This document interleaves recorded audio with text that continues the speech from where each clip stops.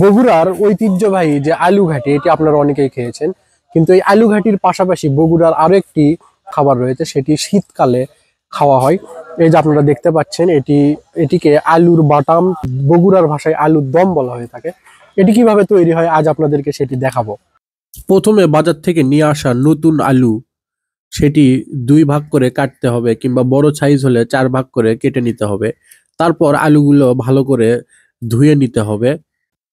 এরপর পেঁয়াজ, রসুন ও আদা কেটে ছোট ছোট করে নিতে হবে।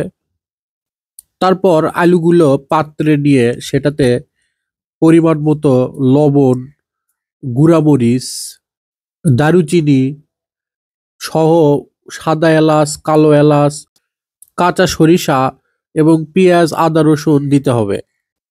তারপর পরিমাণ মতো সরিষার তেল দিয়ে এটি ভালোভাবে মেখে নিতে হবে। এরপর এতে অল্প পরিমাণ পানি দিতে হবে। মনে রাখবেন, এই আলুর বাটাম বা আলুর দম পানির থেকে বেশি পরিমাণ যাতে ভাপ থেকে তৈরি হয় সেটি খেয়াল রাখতে হবে।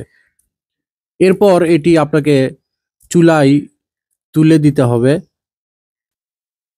তারপর খেয়াল রাখতে হবে কতটুকু সেদ্ধ হচ্ছে এটি।